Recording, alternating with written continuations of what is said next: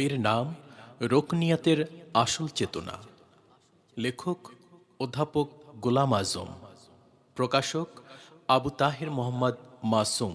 প্রকাশকের কথা, আম্বিয়ায়ে কেরাম আলাইহিসসালামদের পরিচালিত ইসলামী আন্দোলনের গতিধারা অনুসরণ করেই বাংলাদেশ জামাতে ইসলামী এ জমিনে ইসলামী সমাজ প্রতিষ্ঠার আন্দোলন চালিয়ে যাচ্ছে। এ কাফেলার মূল শক্তি হল সদস্যগণ, রোকন। দিন কায়েম করাই যাদের জীবনের আসল উদ্দেশ্য। তথাপি মানবিক দুর্বলতার কারণে কখনো কখনো কারো কারো মাঝে নিষ্ক্রিয়তা লক্ষ্য করা যায়। এ অবস্থা থেকে উত্তরণের দিক নির্দেশনা দিয়ে ১৯৯৭ সালের ২৫ থেকে ২৭ ডিসেম্বর টঙ্গীস্থ জামিয়া ইসলামিয়ায় বর্তমান তামিরুল মিল্লাত টঙ্গী শাখা কেন্দ্রীয় সদস্য রোকন সম্মেলনে তৎকালীন আমিরে জামাত অধ্যাপক গোলাম আজম যে ভাষণ প্রদান করেন, রোকনিয়াতের আসল চেতনা বইটি তাঁরই বর্তমান সংস্করণ। ইতোমধ্যে বইটি ইসলামী আন্দোলনের জনশক্তির মাঝে সাড়া জাগিয়েছে। আশা করি বইটি অধ্যয়ন করে সদস্য, রোকন ও কর্মীগণ ইসলামী আন্দোলনের চলার পথে নতুন প্রেরণা লাভ করবেন।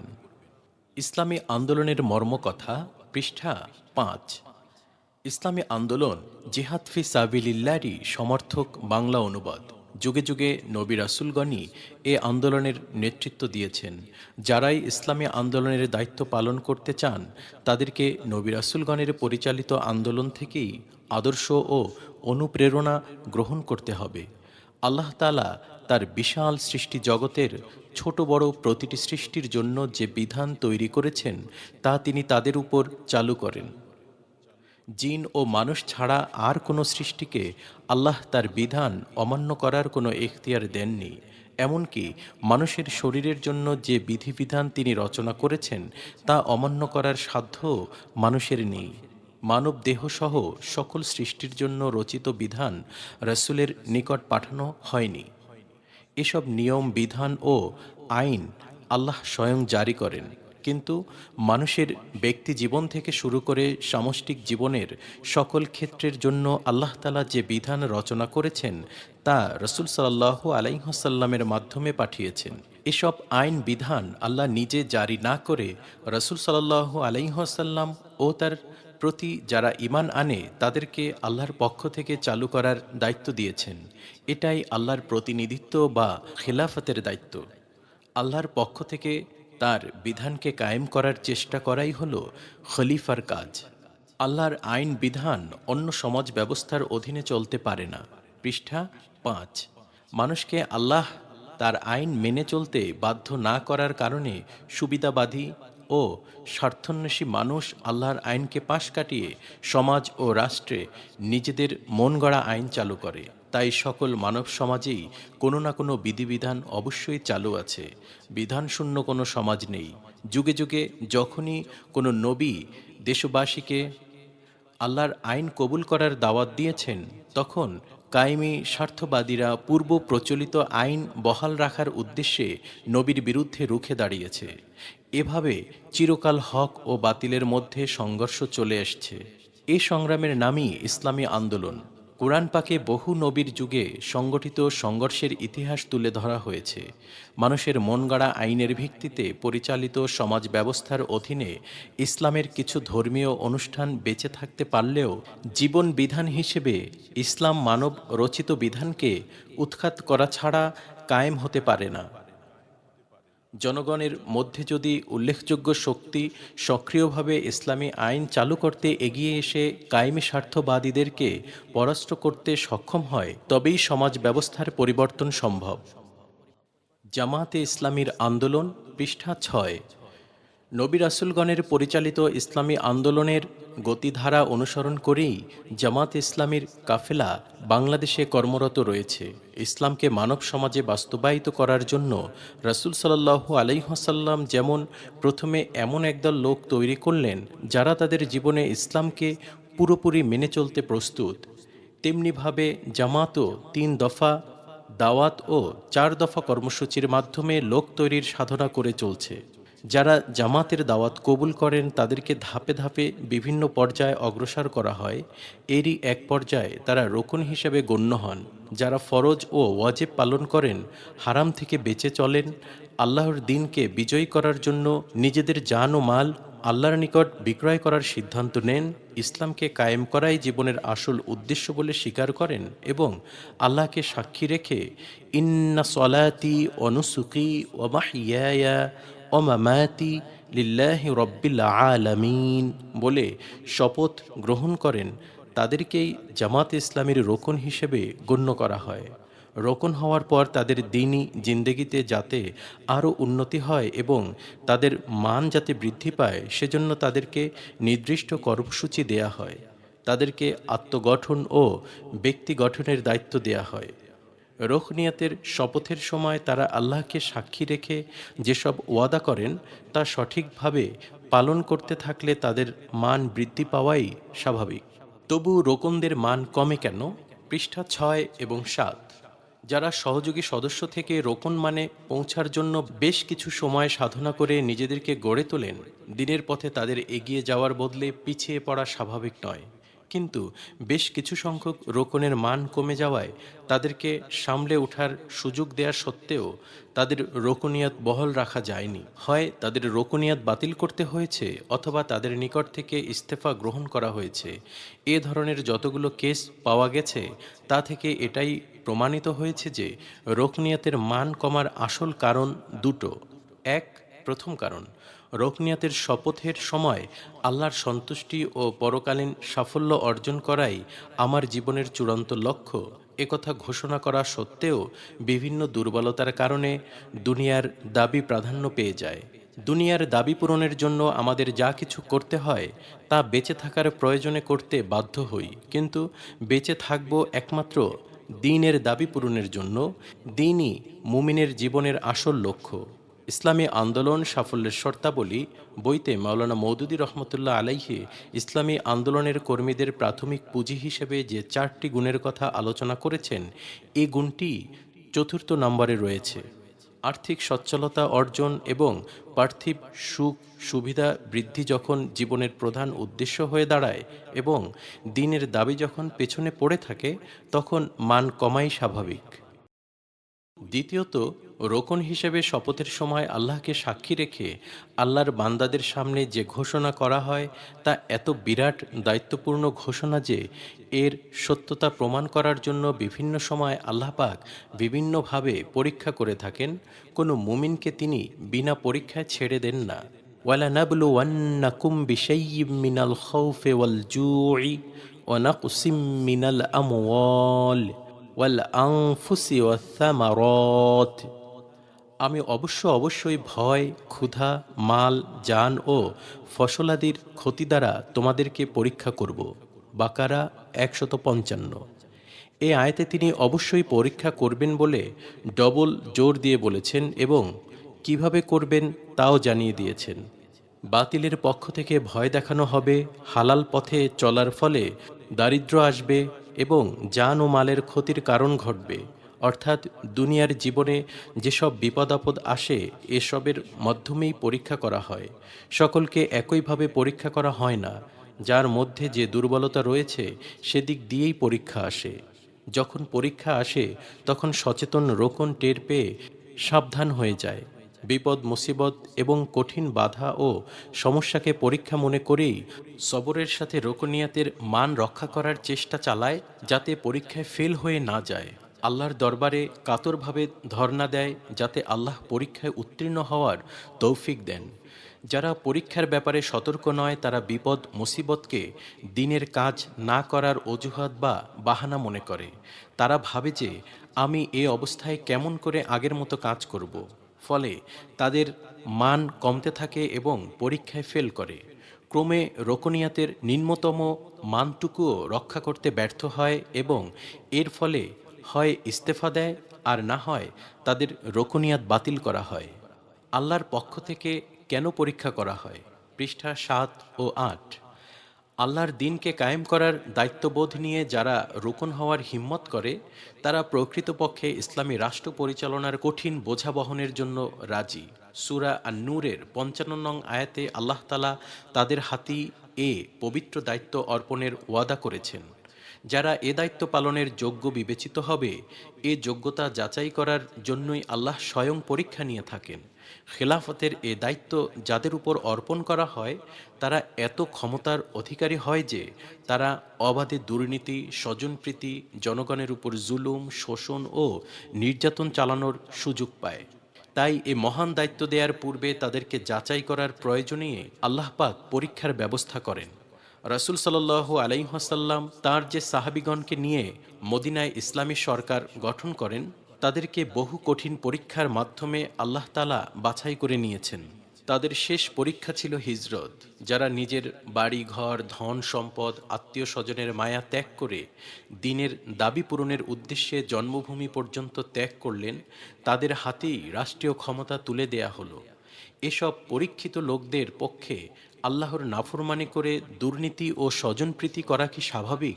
যারা দ্বীনের স্বার্থে নিজের সম্পদ ত্যাগ করতে সক্ষম হয়েছেন, তারা কি দুর্নীতি করতে পারেন? যারা দ্বীনের খাতিরে আত্মীয় পরিজনকে ত্যাগ করে এসেছেন, তারা কেমন করে স্বজনপ্রীতি করবেন?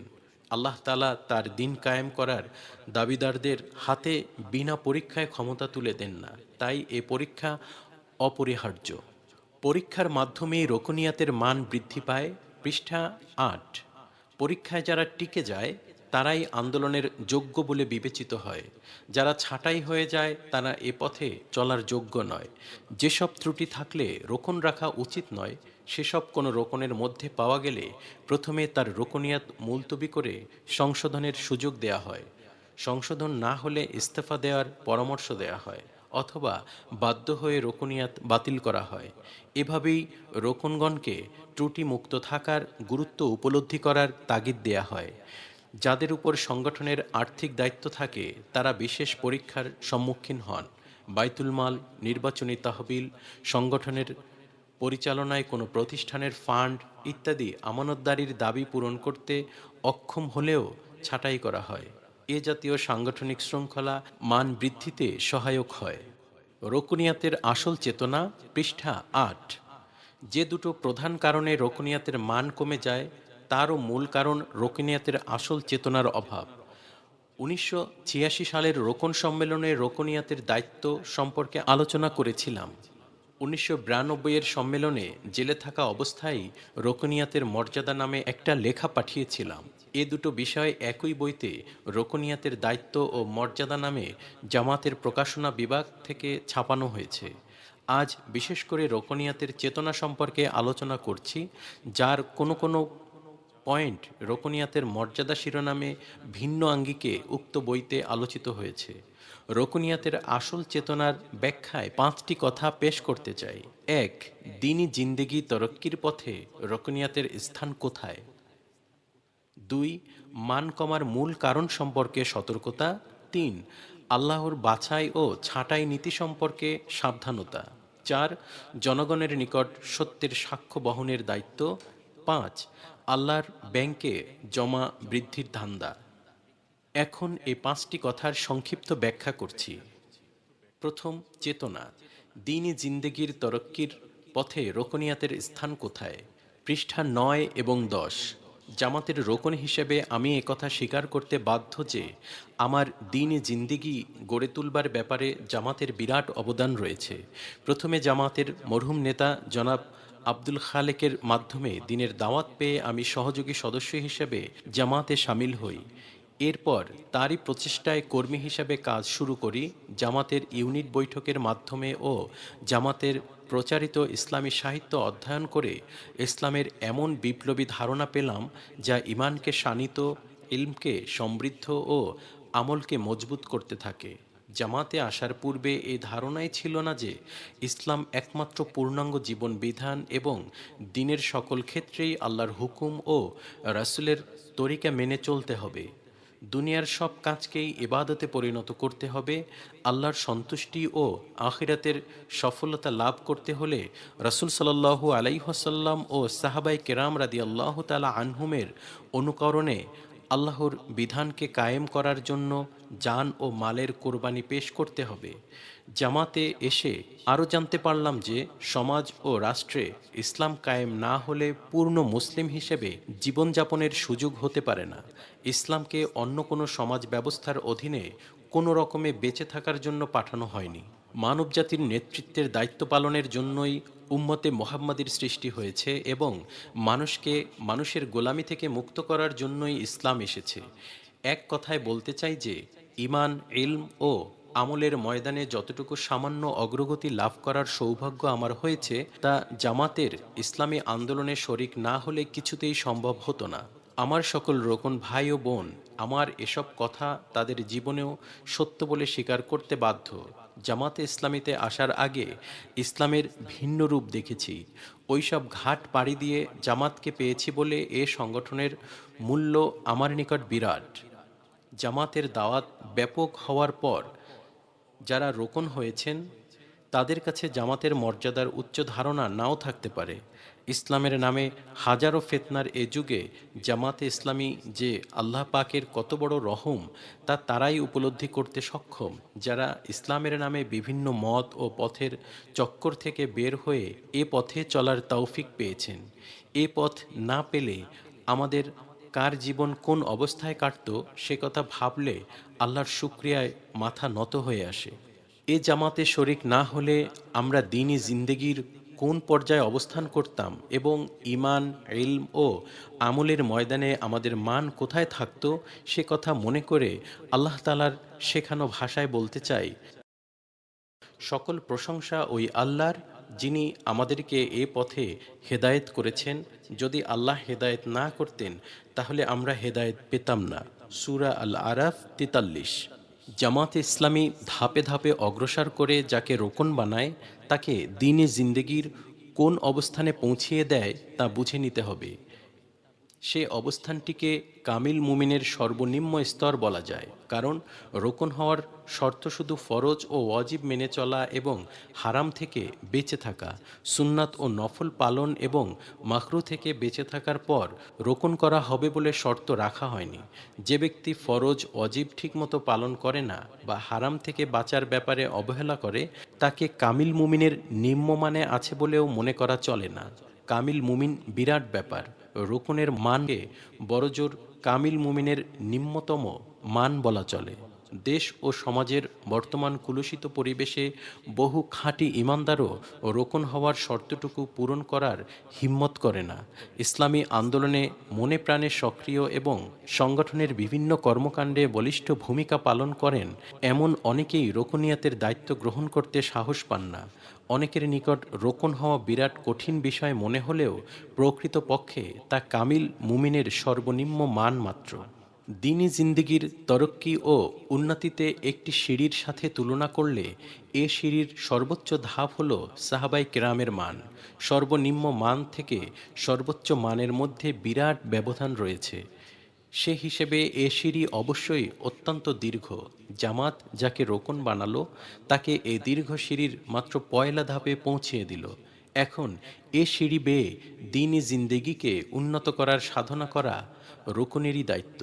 আত্মগঠনের উদ্দেশ্যে কোরআন, হাদিস ও ইসলামী সাহিত্য অধ্যয়নের মাধ্যমে ইলম বৃদ্ধি করতে থাকা, ফরজ অজিবের সাথে সুন্নাত ও নফলের অভ্যাস করা, আল্লাহ তাআলার সাথে সম্পর্ক বৃদ্ধির জন্য শেষ রাতে তার মহান দরবারে ধর্ণা দিতে থাকা, লেনদেনের ওয়াদা রক্ষা করা, সবার সাথে সদ্ব্যবহার করা ইত্যাদি নিজের মনের তাগিদে যারা করতে থাকে তাদের দ্বীনি জিন্দেগি তরক্কি হওয়াই স্বাভাবিক। আর ব্যক্তি গঠনের উদ্দেশ্যে আত্মীয়, প্রতিবেশী, পেশা জীবনের সঙ্গী সাথীসহ যাদের সাথে দেখা সাক্ষাৎ ও আলোচনার সুযোগ হয় তাদের নিকট দ্বীনের দাওয়াত পৌঁছানো, যারা দাওয়াত কবুল করে তাদেরকে দ্বীনের পথে অগ্রসর করার জন্য পেছনে লেগে থাকা এবং সম্ভাবনাময় ও যোগ্য লোকদেরকে সংগঠনভুক্ত করার জন্য প্রয়োজনীয় সময় দান করতে থাকলে আল্লাহর সন্তুষ্টি আশা করা যায়। দাওয়াতে দ্বীনের কাজেই আল্লাহ পাক সবচেয়ে বেশি খুশি হন এবং আনসারুল্লাহর মর্যাদা দান করেন। আত্মগঠন ও ব্যক্তি গঠনের এ দফা কাজ নিষ্ঠার সাথে করতে থাকলে আল্লাহর সাথে সম্পর্কের অনুভূতি বৃদ্ধি পায়। আল্লাহর সাথে সম্পর্ক ঘনিষ্ঠ করার উদ্দেশ্যে মাওলানা মওদুদী রহমতুল্লাহ আলাইহির হেদায়াত পুস্তকটিকে পথ প্রদর্শক হিসেবে গ্রহণ করতে হবে। আল্লাহর সাথে সম্পর্ক ঘনিষ্ঠ করার অত্যন্ত বাস্তব ও চমৎকার উপায় এই বইটিতে শেখানো হয়েছে। মাওলানা মতিউর রহমান নিজামীর আল্লাহর নৈকট্য লাভের উপায় বইটিও এ বিষয়ে অত্যন্ত সহায়ক। দ্বিতীয় চেতনা, মান কমে যাওয়ার ব্যাপারে সতর্কতা, পৃষ্ঠা 11। যে দুটো মূল কারণে রোকনিয়াতের মান কমতে থাকে সে বিষয়ে সতর্ক থাকতে হবে। আত্মসমালোচনার সময় এ কথাটি প্রতিদিন খেয়ালে আনতে হবে যে আমার যাবতীয় কর্মকাণ্ডে দুনিয়ার চেয়ে দিনকে প্রাধান্য দিচ্ছি কিনা। আর যখনই আল্লাহর পক্ষ থেকে কোনো পরীক্ষা আসে তখন সবরের সাথে তা মেনে নিয়ে আল্লাহরই দরবারে উত্তীর্ণ হওয়ার জন্য দোয়া করতে হবে।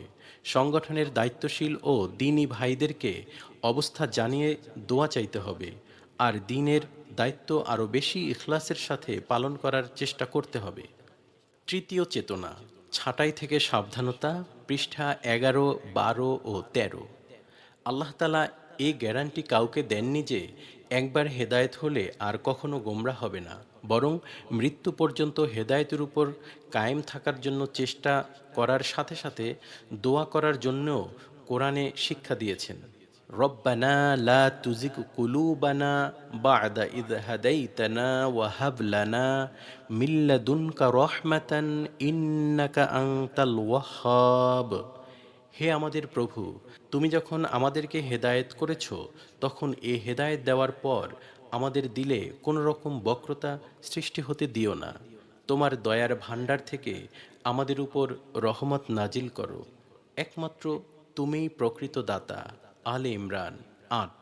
হেদায়েত এত বড় নেয়ামত যে এর প্রতি অবহেলা করলে গোমরা হওয়ার প্রবল আশঙ্কা রয়েছে। আল্লাহর বাছাই ও ছাঁটাই এর যে নীতি রয়েছে তাতে কোনো পক্ষপাতিত্ব নেই। যখন কাউকে তিনি দিনের পথে চলার সকল বাধা উপেক্ষা করতে এগিয়ে যাওয়ার তৌফিক দেন তখন বুঝতে হবে যে তাকে আল্লাহ বাছাই করেছেন। আল্লাহর দেয়া পরীক্ষায় যখন কেউ ফেল করে এবং ধৈর্য ও সাহসের অভাবে দিনের কঠিন পথে চলার হিম্মত হারায় তখন বুঝতে হবে যে সে ছাঁটাইয়ের মধ্যে পড়ে গেছে। সূরা আল হজের শেষ আয়াতে এ বিষয়ে সুস্পষ্ট ধারণা পাওয়া যায়। ওয়াজাহিদু ফিল্লাহি হাক্কা জিহাদিহি হুয়া ইজতাবাকুম ওয়ামা জাআলা লাকুম ফিদ-দীন মিন হারাজ মিল্লাতা আবিকুম ইব্রাহিম। জিহাদের হক আদায় করে আল্লাহতে জিহাদ করো। তিনি তোমাদেরকে বাছাই করে নিয়েছেন আর দ্বীনের পথে তোমাদের জন্য কোনো বাধা থাকতে দেননি। এটাই তোমাদের পিতা ইব্রাহিমের তরিকা। সূরা আল হজ শেষ আয়াত।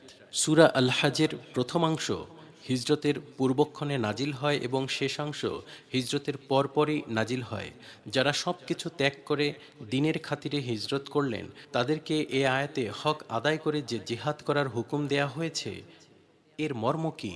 এখানে লক্ষ্য করার বিষয় যে সারা কোরআনে বহু আয়াতে ও জিহাদু ফি সাবিলিল্লাহ বলা হলেও এ আয়াতটিতে সাবিল শব্দটি নেই। নিশ্চয়ই ভুলে বা অনর্থক সাবিল শব্দটি বাদ দেয়া হয়নি। সূরা আন-নিসার 59 নং আয়াতের উদাহরণ এখানে উল্লেখ করছি।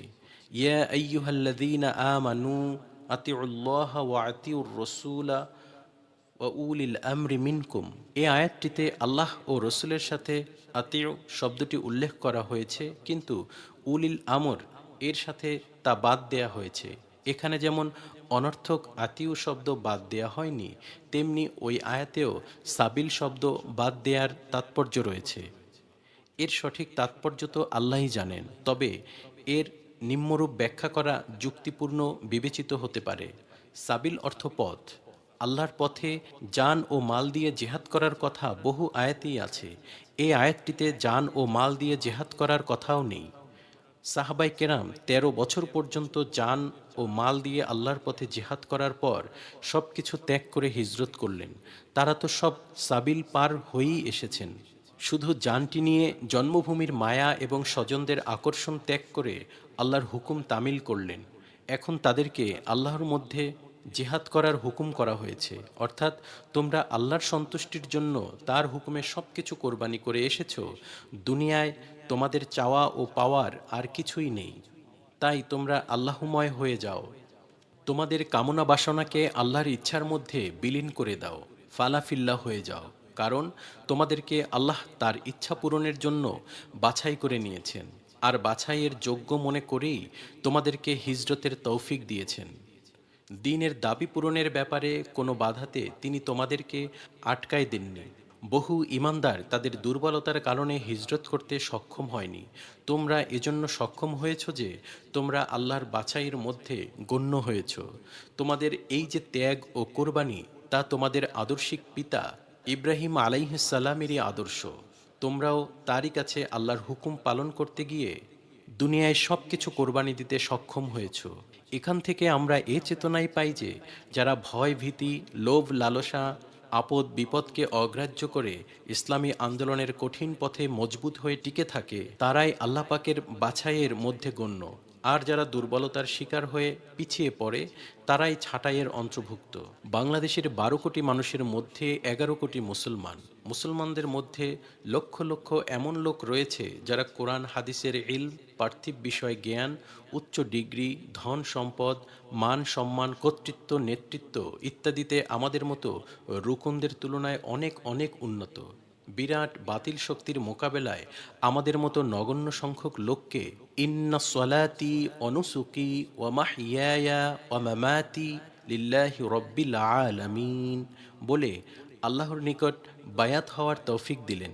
আল্লাহর বাছাইয়ের অন্তর্ভুক্ত হওয়ার চেতনা যদি জাগ্রত থাকে, তাহলে কখনো আমরা এ গৌরব থেকে বঞ্চিত হতে রাজি হব না। আল্লাহ পাক আমাদেরকে ছাঁটাই থেকে হেফাজত করুন। কাতরভাবে এ দোয়াই করতে হবে। চতুর্থ চেতনা, সত্যের সাক্ষ্য দেয়া। আল্লাহর আইন ও সৎলোকের শাসনের আওয়াজ তুলে কালেমার যে মহান পতাকা আমরা হাতে নিয়েছি, আমাদের বাস্তব জীবনে এর নমুনা যেন জনগণ দেখতে পায়, সে বিষয়ে সিরিয়াস হতে হবে। আমরা দীর্ঘদিন সাধনা করে সাংগঠনিক পদ্ধতির সাহায্যে আল্লাহর দ্বীনের আলো, ঈমান, ইলম ও আমলের দিক দিয়ে যতটুকু হাসিল করতে পেরেছি, সাধারণ জনগণের মধ্যে সামান্য সংখ্যক লোকের পক্ষেই তা করা সম্ভব। তাহলে জনগণের পক্ষে দ্বীনের আলো পাওয়ার উপায় কী? কোরআনের বিভিন্ন সূরায় ঈমানদার, সৎকর্মশীল ও আল্লাহর বান্দাদের যেসব গুণের বিবরণ দেয়া হয়েছে, এর দ্বারা একদিকে যেমন সাহাবায়ে কেরামকে উদ্বুদ্ধ করা হয়েছে, অপরদিকে সর্বসাধারণকে একথা চিন্তা করার আহ্বান জানানো হয়েছে যে তোমাদের মতোই কতক মানুষ, তোমাদের সমাজেরই কতক লোক, যারা তোমাদের আত্মীয় স্বজন ও পাড়া প্রতিবেশী রাসূলের ডাকে সাড়া দিয়ে এমন গুণাবলীর অধিকারী হয়েছে যার প্রশংসা করতে তোমরা বাধ্য। মানুষ যতই মন্দ হোক, সদ্গুণের অধিকারীকে বাধ্য হয়ে প্রশংসা করে। মানবিক গুণাবলীর অধিকারীদের প্রতি আকৃষ্ট হওয়া খুবই স্বাভাবিক। আমরা যে মহাসত্যের পতাকাবাহী, আমাদের বাস্তব জীবন যদি ওই সত্যের সঠিক সাক্ষ্য বহন করে, তাহলে জনগণ অবশ্যই আকৃষ্ট হবে। তারা আমাদের জীবন থেকে ইসলামের প্রকৃত রূপ যদি দেখতে না পায়, তাহলে শুধু আমাদের মুখের কথায় সাড়া দেবে না। আমাদের রোকনিয়াত সেদিনই সার্থক হবে, যেদিন আমাদের পরিচিত মহল আমাদের সম্বন্ধে এভাবে আলোচনা করবে, কেউ বলবে অমুক লোকের মতো ভালো মানুষ আর দেখি না, এমন সৎলোক পাওয়া বড়ই কঠিন। আর একজন বলবে এমন হবে না কেন, সে যে জামাত ইসলামীর রোকন। এমন সৎ না হলে কি জামাত রোকন বানায়? আমাদের আচার ব্যবহার, লেনদেন, ওয়াদা পালন, মর্জি মেজাজ, দরদি মন যদি আত্মীয় স্বজন ও প্রতিবেশীদের প্রশংসার যোগ্য বিবেচিত হয়, তবেই রোকন হওয়া সার্থক। রোকনদের চারিত্রিক মান এ পর্যায়ে পৌঁছালে জনগণের অন্তরে আস্থা ও আশার সঞ্চার হবে যে জামাতে ইসলামীর হাতে দেশ পরিচালনার দায়িত্ব দিলে তাদের কল্যাণ নিশ্চিত হবে। সত্যের সাক্ষ্য বইটিতে এ বিষয়ে বিস্তারিত আলোচনা করা হয়েছে। পঞ্চম চেতনা, আল্লাহর ব্যাংকে জমা বৃদ্ধির ধান্দা। পৃষ্ঠা 14। এক হাদিসে কুদসিতে আল্লাহ বলেন, আদম সন্তান আমার আমার বলে দাবি করে, অথচ তার শুধু ততটুকুই যেটুকু সে খেয়ে হজম করেছে, যে জামা গায়ে দিয়ে ছিঁড়েছে এবং যা আল্লাহর পথে খরচ করেছে, আর বাকি সবটুকুই তার মৃত্যুর পর অন্যদের হবে। যেটুকু খাওয়ার পর হজম হয়নি তাও তার নয়, বমি বা দস্ত হয়ে গেলে কুকুর বিড়াল মুরগি কাকে খাবে, ছিঁড়ে যাওয়ার পূর্বে জামা অন্যের হাতেও চলে যেতে পারে, শুধু ওইটুকু নিশ্চিতভাবে তার যা আল্লাহর ব্যাংকে তার নামে জমা হয়েছে। তাই রুকনদের এ ধান্দা থাকতে হবে যে আল্লাহর ব্যাংকে তার অ্যাকাউন্টে যেন জমার পরিমাণ বাড়তেই থাকে। আয়ের শতকরা 5 ভাগ তো রোপণ হওয়ার আগেই দেওয়ার জন্য উদ্বুদ্ধ করা হয়। তাই ইয়ানতের পরিমাণ বাড়ানোর গুরুত্ব উপলব্ধি করা প্রয়োজন। নিয়মিত আয় ছাড়াও যখনই সমর্থ হয় তখনই আল্লাহর পথে দিতে থাকতে হবে। পরিবারে প্রতি মাসে ভরণ পোষণের জন্য যে অঙ্কের টাকা আমরা খরচ করতে বাধ্য হই, তা থেকে এমন পরিমাণ বাইতুল মালে দেওয়ার অভ্যাস করা প্রয়োজন যাতে কোরবানি করার অনুভূতি টের পাওয়া যায়। এর জন্য একটা পরামর্শ রাখতে চাই। ধরুন এক পরিবারের সদস্য 7 জন। জামাত ইসলামীকে যদি এক পরিবারে একজন সদস্য গণ করা হয় তাহলে ওই পরিবারে 8 জন সদস্য ধরা হবে। মাসে যে পরিমাণ শুধু খাওয়া পড়ার জন্য খরচ হয় তা থেকে 8 ভাগ করলে 1 ভাগ যে অংশ দাঁড়ায়, সে পরিমাণ ইয়ানত দিলে পরিবারের খরচের যে চাপ পড়বে তাতে অনুভব করা যাবে যে আল্লাহর জন্য ওইটুকু ত্যাগ করা গেল। যে মাস আসলো সংসারের খরচ শুরু করার আগেই ওই মাসের ইয়ানত আদায় করার অভ্যাস করলে ভালো হয়। এ জজবা নিয়ে তা করা যাবে যে আমি আল্লাহর পাওনা আগে শোধ করলাম, এ আশায় যে তিনি আমার আয় রোজগার ও সংসারে বরকত দেবেন।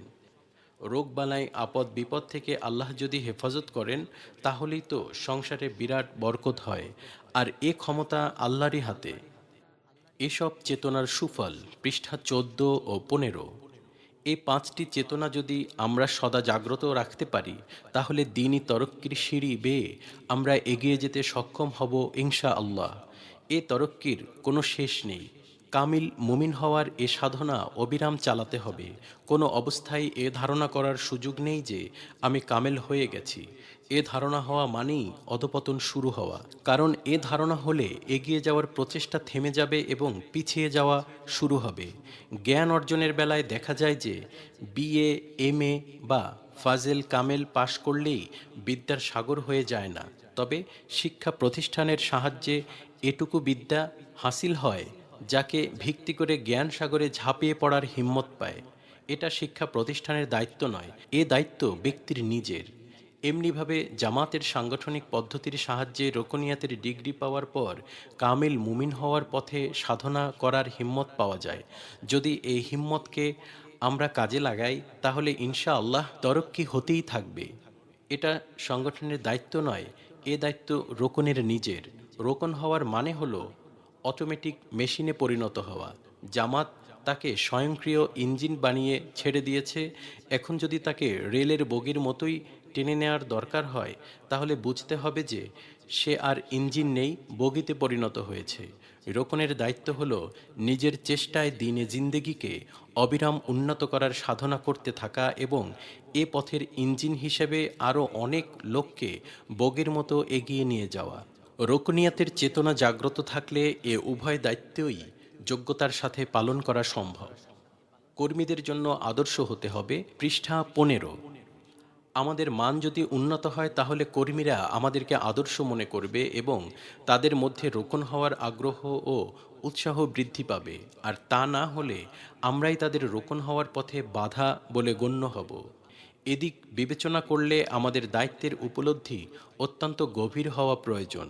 আমরা আন্দোলনের জন্য যদি সম্পদ না হই তাহলে আপদে পরিণত হব।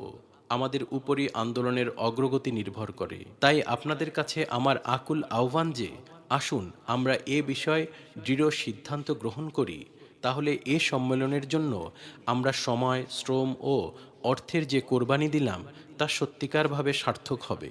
রোকনিয়াতের এত গুরুত্বের কারণেই তিনটি রোকন সম্মেলনে এ বিষয়ে আমি 3টি বক্তব্য পেশ করা কর্তব্য মনে করেছি। 1986 সালে রোকনিয়াতের দায়িত্ব, 1992 সালে জেল থেকে পাঠানো রোকনিয়াতের মর্যাদা এবং 1997 সালের এ সম্মেলনে রোকনিয়াতের চেতনা সম্পর্কে যেসব কথা পেশ করা হলো তা যদি আমরা নিয়মিত চর্চা অনুশীলন করি তাহলে ইনশাআল্লাহ আমাদেরকে আল্লাহ পাক তার মহান দিনকে কায়েম করার তৌফিক দান করবেন। রোকনিয়াতের দায়িত্ববোধ, মর্যাদাবোধ ও চেতনাবোধের অভাবের নমুনা পৃষ্ঠা 15 ও 16। যারা রোকনিয়াত থেকে অব্যাহতি চেয়ে ইস্তফানামা লিখে পাঠান, তারা যে ভাষায় লেখেন তা থেকে এ কথাই বোঝা যায় যে তারা এর দায়িত্ব, মর্যাদা ও চেতনাবোধ থেকে বঞ্চিত। হঠাৎ করে আবেগতাড়িত হয়ে কেউ রোকন হন না। দীর্ঘদিন চিন্তাভাবনা করার পরই কর্মী হিসেবে ধাপে ধাপে এগিয়ে এসে রোকন হন। অথচ ইস্তফা দেওয়ার সময় ব্যক্তিগত অসুবিধার কারণে দায়িত্ব পালনে অক্ষমতা প্রকাশ করে অব্যাহতি চান। আসলে তারা যে মন মানসিকতা নিয়ে রোকন হয়েছিলেন তা হারিয়ে ফেলার কারণে বা আল্লাহর পক্ষ থেকে আসা পরীক্ষায় উত্তীর্ণ হতে ব্যর্থ হয়ে তারা ছাঁটাইয়ের মধ্যে পড়ে যান।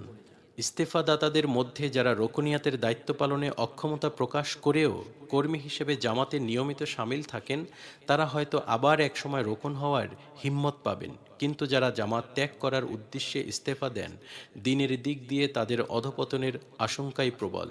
দিনকে বোঝার পর ইসলামী সংগঠনভুক্ত হওয়া ফরজ জেনে জামাতের রোকন হওয়ার পর শুধু একটি কারণে এ জামাত ত্যাগ করা জায়েজ।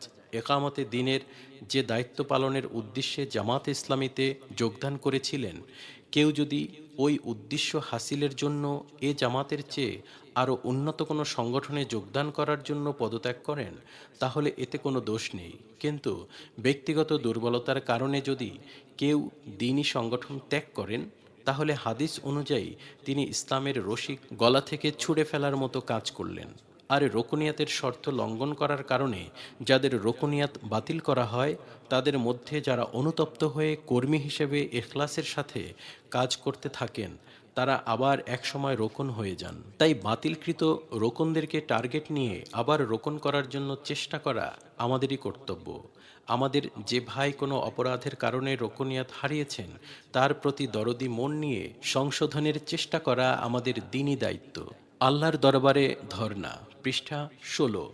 যে মহান কাজের দায়িত্ব দিয়ে আল্লাহ পাক নবী ও রাসূলগণকে পাঠিয়েছেন, সে মহান দায়িত্ব পালনের জন্য আমাদের মতো গুনাহগার নগণ্য লোকদেরকে তৌফিক দান করে আমাদের মাবুদ যে কত বড় মেহেরবানি করেছেন, সে কথা স্মরণ রেখে হামেশা তার দরবারে শুকরিয়া আদায় করতে থাকা প্রয়োজন। যে মেহেরবানি দ্বারা তিনি আমাদেরকে এ পথে এনেছেন, সে মেহেরবানি দ্বারাই যেন আমাদেরকে এর যোগ্যতা দান করেন, সেজন্য দোয়া ও চেষ্টা করতে থাকা উচিত। দয়াময় মনিব আমাদেরকে দ্বীনের পথে এতটুকু এগিয়ে দিয়ে যে সৌভাগ্যবান করেছেন, তা থেকে যেন আমরা ছাঁটাই হয়ে না যাই, বরং দ্বীনে জিন্দেগির সিঁড়ি বেয়ে যেন আজীবন অগ্রসর হতে পারি, সেজন্য তার মহান দরবারে ধর্ণা দিতে থাকতে হবে। এ পথে উন্নতির কোনো শেষ নেই, তাই উন্নতি হয়ে গেছে মনে করারও অবকাশ নেই। রহমানুর রাহিম আমাদের সকলকে তার দ্বীনের যোগ্য খেদমতের জন্য কবুল করুন। এ জামাতকে একামতে দ্বীনের যোগ্যতা দান করুন এবং আমাদের প্রিয় জন্মভূমি